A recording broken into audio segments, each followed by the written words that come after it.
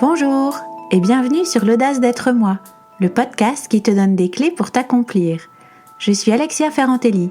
Je partage avec toi des concepts pour élargir ta réflexion, des outils pour transformer concrètement ta vie, pour devenir la personne que tu as envie d'être, retrouver du sens, de la légèreté, de la joie de vivre au quotidien et offrir le meilleur de toi aux autres. Le podcast est disponible sur toutes les plateformes. Pense à t'abonner pour ne rien rater. Tu écoutes l'épisode 40 qui s'appelle « C'est juste pour te faire plaisir ». Cet épisode est la suite de l'épisode précédent qui s'appelle « Trop gentil ». Si tu ne l'as pas encore fait, je t'invite à l'écouter avant celui-ci. Dans cet épisode, j'expliquais pourquoi faire plaisir pouvait devenir chez certaines personnes une injonction puissante et limitante.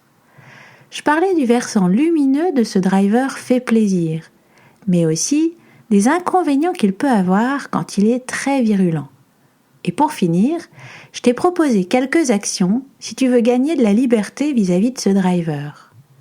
Aujourd'hui, on va passer de l'autre côté de la relation et parler de ce qui se passe quand on est victime de gens qui nous font plaisir contre notre volonté.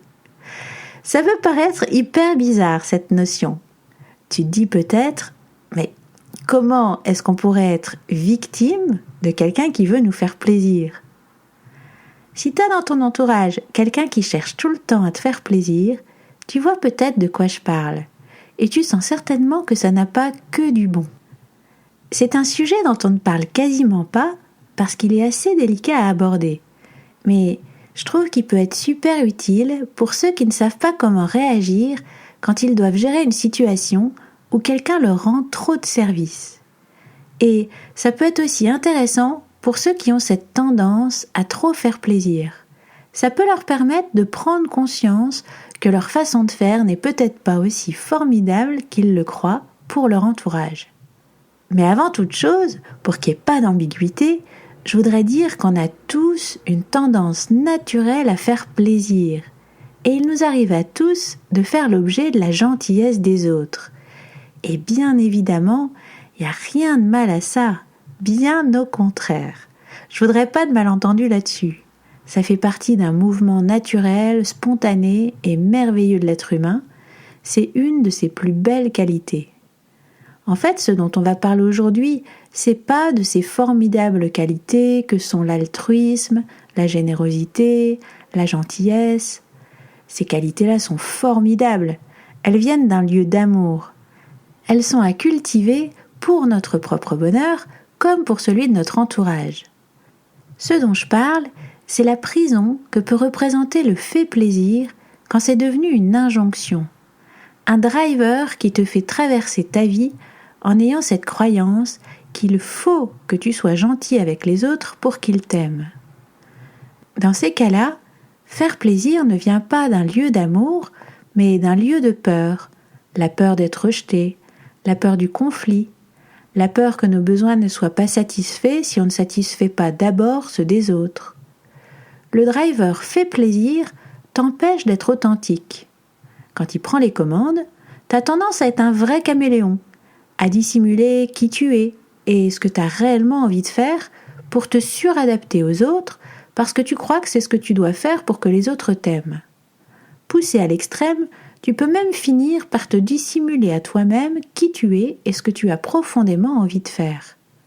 Comme on l'a vu dans l'épisode précédent, quand on est fortement téléguidé par cette injonction du fait plaisir, ça présente donc pas mal d'inconvénients. Et ça peut être intéressant de se libérer de cette pression si on prend conscience qu'elle a des conséquences négatives dans notre vie. Et j'en arrive maintenant au sujet d'aujourd'hui. Il t'arrive peut-être d'être de l'autre côté de la relation et de te sentir piégé par quelqu'un qui veut trop te faire plaisir. C'est une sensation qu'on a du mal à identifier parce qu'on ne se sent pas très fier de soi quand on ressent cette sorte d'agacement vis-à-vis de quelqu'un qui essaie de nous faire plaisir, qui nous rend service, qui est super gentil avec nous. C'est assez insidieux. On se sent un peu comme pris au piège, dans une situation de laquelle on ne sait pas bien comment sortir. En fait, c'est très difficile de dire non à quelqu'un qui essaie d'être super gentil avec nous. Si tu es victime de quelqu'un qui veut te faire plaisir contre ta volonté, tu ressens sans doute un sentiment d'obligation ou de culpabilité vis-à-vis de cette personne qui fait pour toi des choses que tu ne lui as pas demandé de faire et que tu ne veux peut-être pas qu'elle fasse pour toi. Imaginons que tu as un collègue adorable, très gentil et chaleureux. Chaque jour, il t'apporte un petit pain au chocolat. Mais le problème, c'est que tu fais attention à ton alimentation parce que tu veux mincir. La première fois qu'il t'apporte un petit pain, tu dis « Oh, merci pour le petit pain, c'est super sympa ». La deuxième fois qu'il t'offre un petit pain, tu lui dis « Ah, merci, c'est sympa, mais en fait, je veux mincir, alors j'évite de manger des viennoiseries. » La troisième fois, tu lui dis « Merci, vraiment, mais je t'assure, je veux pas manger de viennoiseries. » Et s'il continue, il arrive un moment où ça finit par t'énerver et où tu es super ferme avec ton collègue. « Non, merci pour ton petit pain, mais je ne veux pas de petit pain, arrête de m'en apporter. » Et alors là, ton collègue te dit « Ah bah désolé, je voulais juste te faire plaisir, t'as pas à t'énerver. » Et du coup, tu te sens super mal. Tu te dis « Oh là là, j'aurais jamais dû m'énerver, je suis vraiment pas sympa. Il fait tout pour me faire plaisir et moi je suis désagréable avec lui. » Et tu te sens coupable, redevable. Tu vas tout faire pour être gentil avec lui. Quand on est tout le temps en train de vouloir faire plaisir aux autres, sans vérifier si c'est ce qu'ils veulent, ça peut être parce qu'on espère que grâce à ça, ils nous apprécieront. On espère que du coup, ils soient gentils avec nous, qu'ils deviennent nos amis, qu'ils nous aident quand on en a besoin. On n'en est pas forcément conscient, mais on a une attente. Il y a comme un contrat non dit du style « Je suis super gentil avec toi, mais tu vas devoir l'être en retour avec moi. » Et du coup, l'autre se sent redevable et ressent de la culpabilité. Ici, j'ai pris un exemple un peu caricatural, bien sûr, avec les petits pains, mais il y a souvent ce type de problématique relationnelle dans des relations avec la famille, avec la belle famille, avec les amis. Ça se produit dans bien plus de relations qu'on ne le pense. Quand on est celui à qui l'autre fait plaisir, on finit par se sentir super mal. On se dit « Oh, je suis pas sympa, il veut juste me faire plaisir, il est adorable et moi j'ai envie de lui refuser ça. » Et donc, on se laisse rendre service contre notre propre volonté. Personne n'en parle, mais c'est un problème très courant. C'était le cas par exemple d'une personne que j'ai accompagnée. Sa maman venait tous les jours chez elle pour aider, pour s'occuper des enfants et passer du temps avec elle.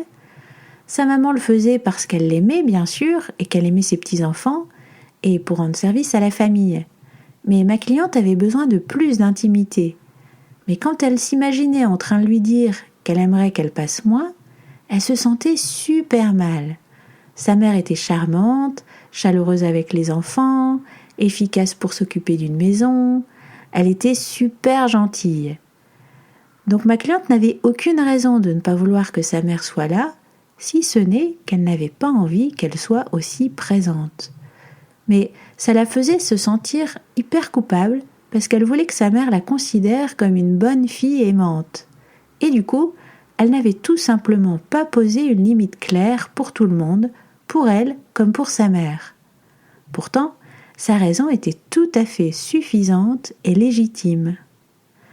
Alors si tu te sens coincé dans une situation où quelqu'un veut te faire plaisir contre ta volonté, comment faire pour t'en sortir ? La chose à faire n'est pas forcément facile, mais ça va être de dire la vérité à cette personne. T'as pas besoin de t'énerver, tu vas lui dire avec beaucoup de gentillesse, de clarté et d'assertivité. En fait, ce que tu ressens quand une personne persiste à te faire plaisir contre ta volonté, c'est une sorte d'envahissement. On est donc dans une problématique de franchissement de limites personnelles.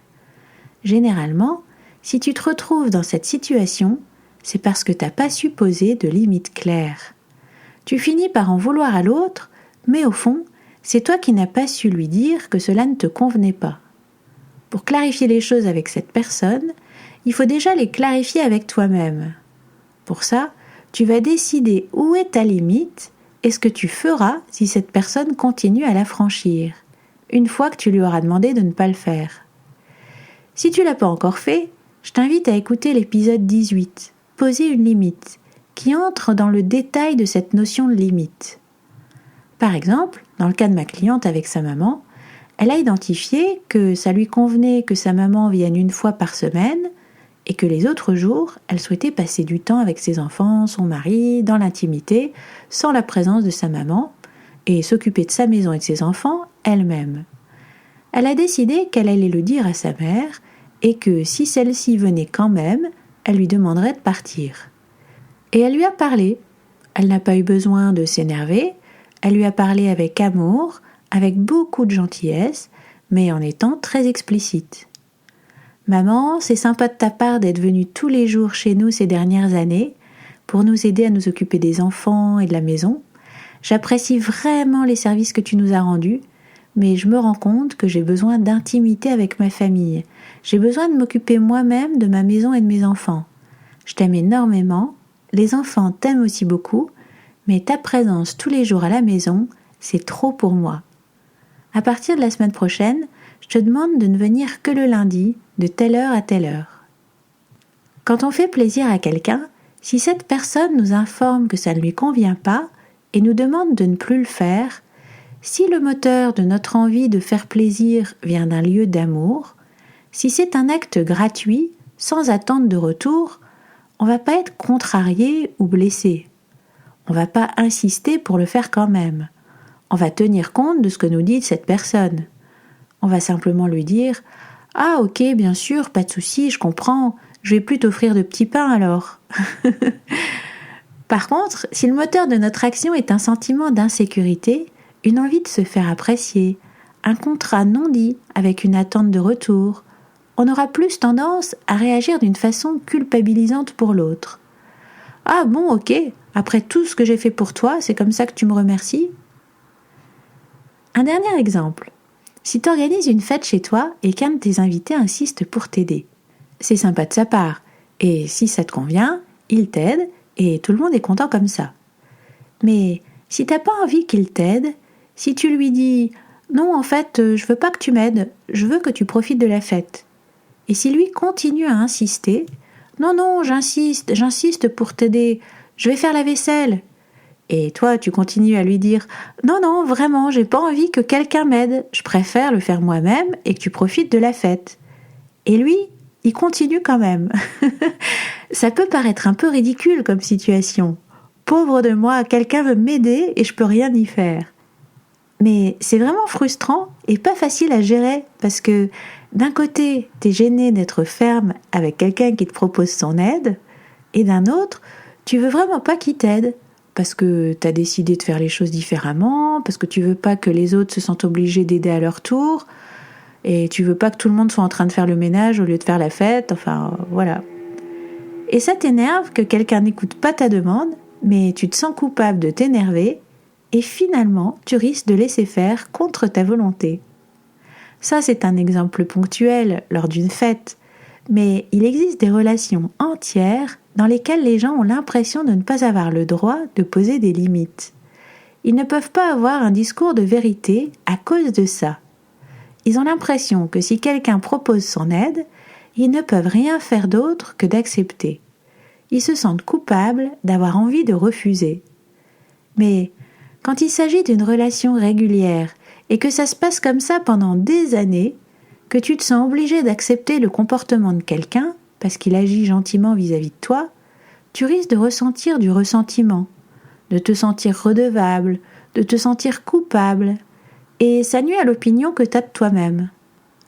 Être capable de communiquer avec vérité, c'est parfois très inconfortable, mais ça crée une véritable authenticité dans les relations. Quand je suis dans une situation où l'autre me fait plaisir contre ma volonté, c'est parce que je n'ai pas dit la vérité, que j'ai pas établi de frontières claires.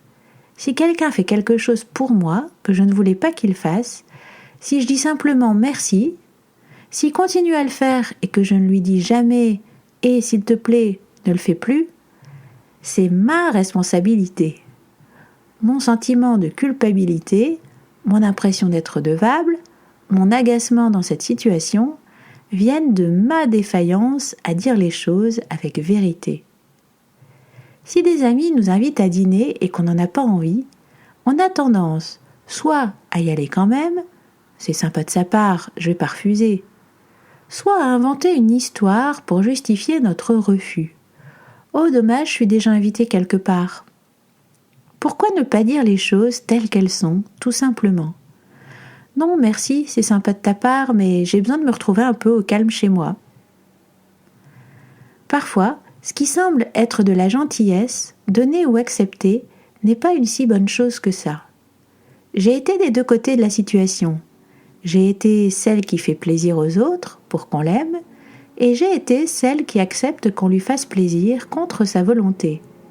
Selon moi, sur le long terme, ça n'est pas une bonne chose, ni d'un côté, ni de l'autre. La relation peut devenir négative parce qu'elle repose sur un manque de vérité. Alors voilà ce que je te propose aujourd'hui. Si tu as cette croyance que tu dois accepter tous les actes de gentillesse et que tu n'es pas quelqu'un de bien si tu ne le fais pas, je t'invite à observer les conséquences de cette croyance sur ta vie et sur celle de tes proches. As-tu envie de remettre en cause cette croyance ? Veux-tu te donner la permission de refuser que les gens te fassent plaisir contre ta volonté ? Veux-tu te permettre de le faire avec vérité, gentillesse et sans culpabilité, dès que tu en ressens l'envie ? Et si quelqu'un refuse ton aide, es-tu prêt à entendre ce qu'il te dit et à accéder à sa demande, à ne pas insister pour lui forcer la main ? Es-tu prêt à considérer que c'est tout à fait son droit de le faire et que ça ne te remet pas du tout en cause personnellement ? Si tu veux t'approprier les outils que je te présente dans le podcast pour devenir ton meilleur allié dans ton cheminement personnel, si tu veux aller plus loin et avancer en confiance, plus rapidement et de façon structurée, sache que je propose un programme d'accompagnement. Je travaille avec un très petit nombre de personnes parce que c'est un suivi vraiment personnalisé. Si ça t'intéresse, laisse-moi un message sur la page contact de l'audace-d'être-moi.com. Je me ferai un plaisir de t'en dire plus et d'avoir un premier échange avec toi. Je te laisse avec cette citation de Lao Tse : « Celui qui en sait beaucoup sur les autres est peut-être instruit, mais celui qui se comprend lui-même est plus intelligent. » Tu retrouveras cet épisode sur le site l'audace-d'être-moi.com, tout collé sans apostrophe. Tu peux t'inscrire à la newsletter et recevoir en cadeau les outils d'auto-coaching. Si tu ne l'as pas encore fait, abonne-toi avec l'application de ton choix pour recevoir ton épisode gratuit chaque semaine. Si cet épisode t'a plu, pense à laisser un avis sur ton application de podcast. Ça te prendra 1 minute et ça m'aide énormément à me faire connaître. Merci. Et si tu penses que ça peut leur être utile, partage avec tes amis. À bientôt!